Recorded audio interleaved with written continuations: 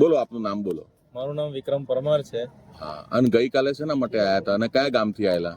હું ગઈકાલે મારા પેઢીનામું કઢાવવા માટે આવ્યો હતો. શેના માટે પેઢીનામું કરાવવાનું છે? પેઢીનામું મારો નોન ક્રિમિનલ દાખલો અપડેટ કરવાનો હતો ને એટલે. કયું ગામ? પીપળાતા. અચ્છા, પછી તમે મારા ટેબલે આયા, બરોબર ને? પછી શું મેં તમને એફિડેવિટ માટે મને ત્યાંથી એવું કહેવાયું કે એફિડેવિટ કરાવો અને તમારું પેઢીનામું કઢાવી લાવો. પછી મેં તમને શું કહ્યું, તમે ક્યાં ગયા? પછી તમે મને સલાહ આપી કે તમે તમારા ગામમાં જાઓ, તમારા ગામના તલાટી સાહેબને મળો અને ત્યાં જઈને